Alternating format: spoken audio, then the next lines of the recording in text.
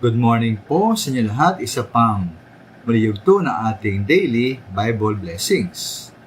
Pamagat po ng ating aralin ngayong umaga ay ang masakit na alaala. Ang masakit na alaala.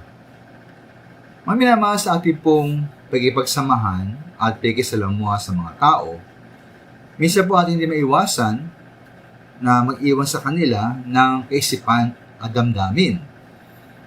Maaring alaala na may epekto sa hinaharap na maaring manatili po sa kanila.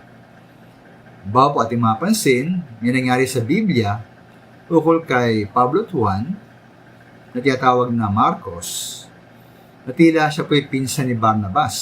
Ayon po sa mga Gawa 13:13, kasama po ni Pablo si Juan o si Marcos at iba pang mga kasama sa Perga ng Pamphylia. Ngunit, sabi po roon, humiwalay sa kanila si Juan at nagbalik sa Jerusalem.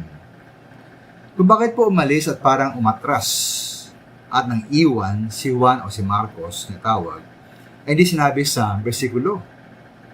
Ngayon po lipat po tayo sa mga Gawa 15:36, kung saan sinabi po ni Pablo kay Bernabe, sabi roon, balikan natin at dalawin ang mga kapatid sa mga bayan kung saan tayo nangaral ng salita ng Panginoon at tingnan natin kung ano ang kalagayan nila.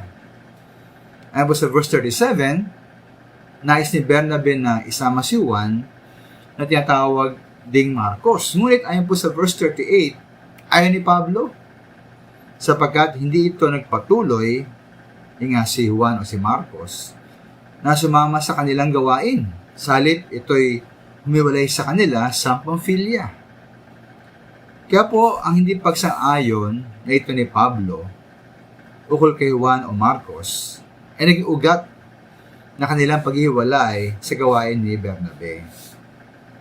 Ngayon po, maaari po ayaw ni Pablo isama si Juan o si Marcos dahil para sa kanya, hindi siya maasahan dahil siya ay dating ng iwan.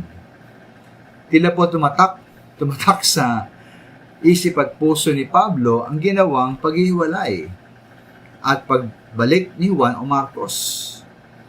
Siya po ay may alaalang naiwan kay Pablo na maaaring hindi malimutan ni Pablo. Kaya po sa ating buhay, maaaring patawarin kayo ng isang taong inyong sinaktan. Ay sabi niya, pinatawad na kayo. At maaaring parang kayo nagkasundo na sa kabila ng ginawa mong hindi maganda sa kanya, na masakit. Ngunit po, lubos bang mubura? Mubura kaya sa kanyang isip at alaala ang masakit na bagay na yung ginawa sa kanya? Ito pa yung manatiling isang masakit na alaala para sa kanya. Maraming salamat.